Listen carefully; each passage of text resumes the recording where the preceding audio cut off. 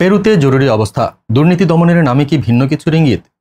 দুর্নীতি আর অপরাধে জর্জরিত একটি দেশে নতুন প্রেসিডেন্ট শপথ নিলেন, কিন্তু শান্তির বার্তা না দিয়ে প্রথম পদক্ষেপেই রাজধানী ও গুরুত্বপূর্ণ বন্দর প্রদেশে জারি করলেন জরুরি অবস্থা। এই কঠোর পদক্ষেপ কি কেবলই জননিরাপত্তা ফেরানোর চেষ্টা, নাকি এর আড়ালে লুকিয়ে আছে ভিন্ন কোনো রাজনৈতিক অঙ্ক? পেরুর নতুন প্রেসিডেন্ট হোসে জেরি লাগাতার বিক্ষোভ ও ক্রমবর্ধমান অপরাধ দমনের নামে রাজধানী লিমা এবং ক্যালাউতে ৩০ দিনের জরুরি অবস্থা ঘোষণা করেছেন। এই অবস্থায় সমাবেশ ও চলাচলের স্বাধীনতা সহ কিছু সাংবিধানিক অধিকার সাময়িকভাবে স্থগিত থাকবে। পুলিশের সাথে মোতায়েন করা হয়েছে সশস্ত্র বাহিনী।